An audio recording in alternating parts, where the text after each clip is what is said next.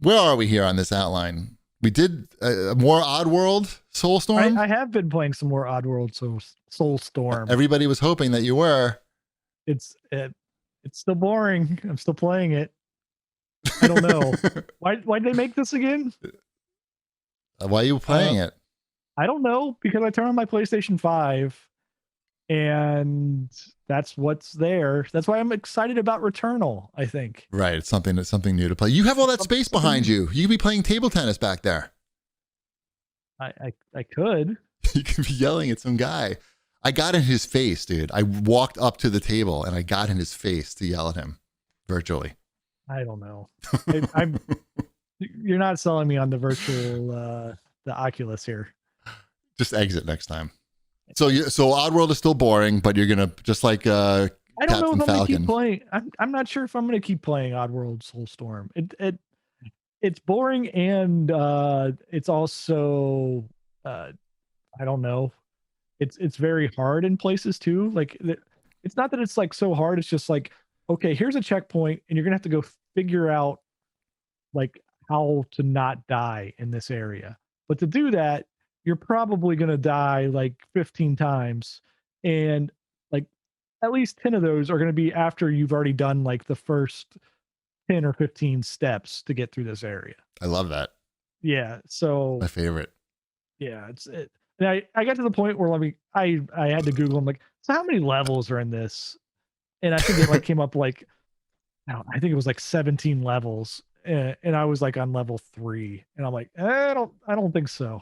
I don't think we're gonna stick with this one.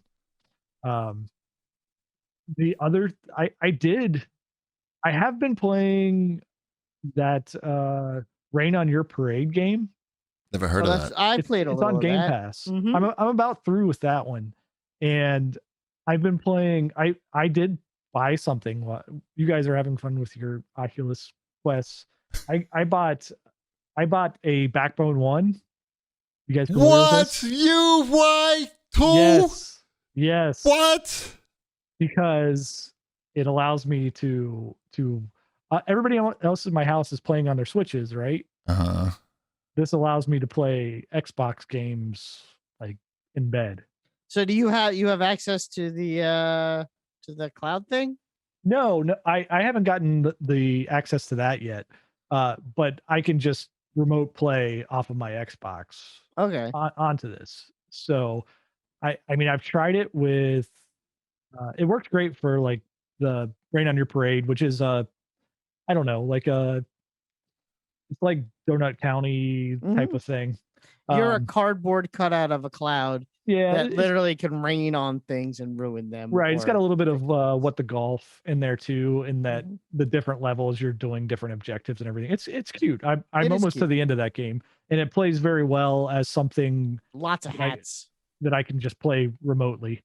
And so yeah, Backbone 1, for those that don't know, like I just slide my iPhone into it, and there's no batteries or anything. It all powers itself off of the iPhone.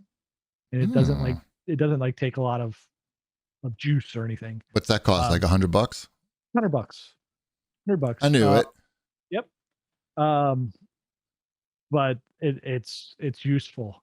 I'm able to play Tony Hawk with it, so it's pretty responsive. There's definitely a little bit of when you're playing something like Tony Hawk, it's very specific on timing. There's definitely a ever so slight amount of lag in my setup, at least, but it's perfectly playable. Pretty impressive. Yeah. And there's also a lot of Apple Arcade games too that are compatible with controllers. So that I'm enjoying this. This is something that fits into my lifestyle better than putting something on my face. Okay, that makes sense. Yep. So yeah, Backbone 1. I would recommend that.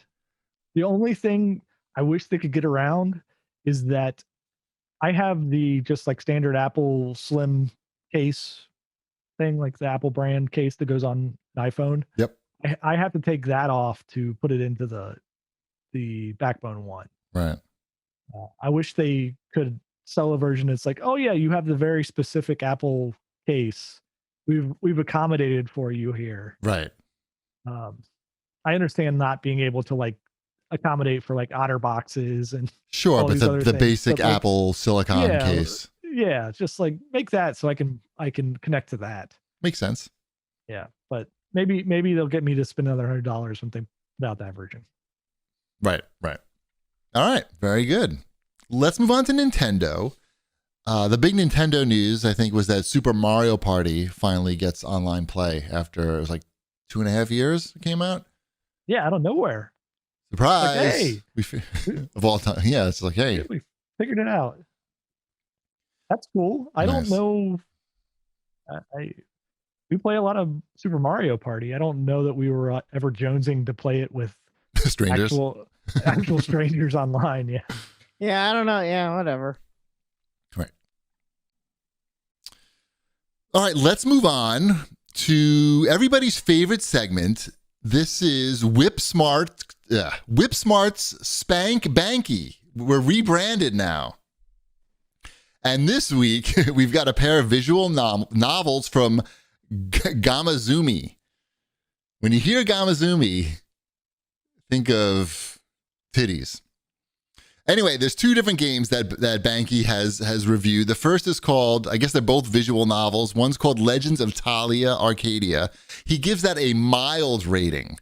He said it's about a wandering warrior facing consequences for choices that she's made.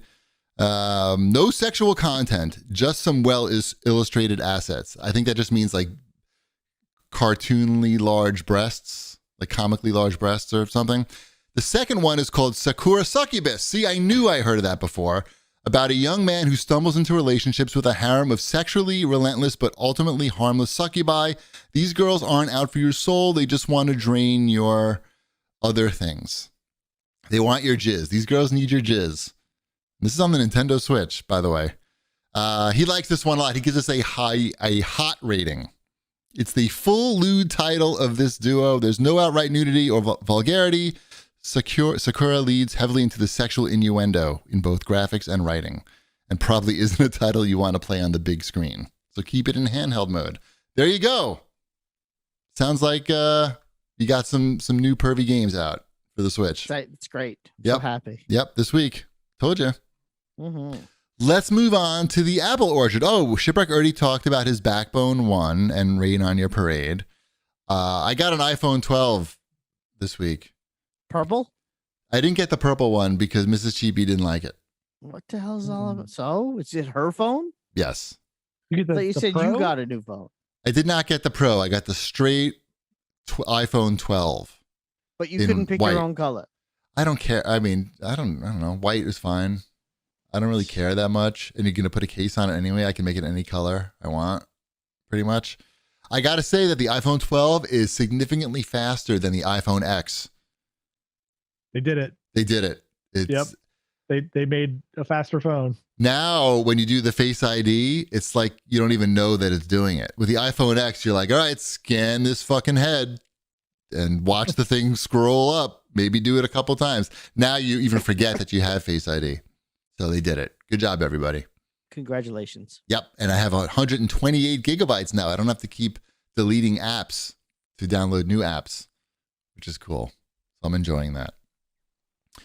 We did not get any CAG bag questions this week. I asked on Twitter several times and I was just ignored. 6 responses to your ask. I just looked it up. Oh, But you know, I they think were some all they were all Oculus related. So I don't even know if you want to answer them. I don't think that they were probably not even to my ask. They were probably No, they were. something- They were. I just looked. I literally just looked while you were talking about Banky's thing. Oh.